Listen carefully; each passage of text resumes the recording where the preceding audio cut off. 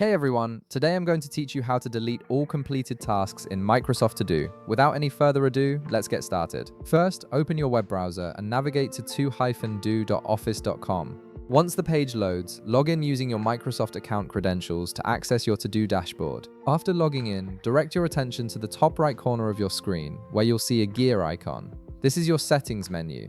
Go ahead and click on it to open up your configuration options. From the menu that appears, click on To Do Settings. This will open a dedicated settings panel where you can customize various aspects of how Microsoft To Do works for you.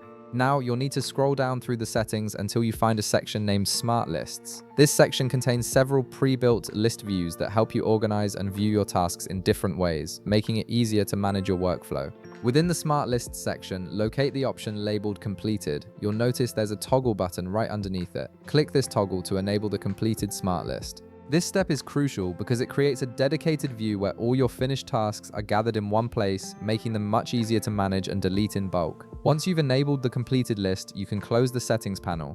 You're now ready to access all your completed tasks from the main interface. On the left side of your screen, you'll now see the completed option appear in your list menu. Click on it to open this smart list and view all the tasks you've marked as done.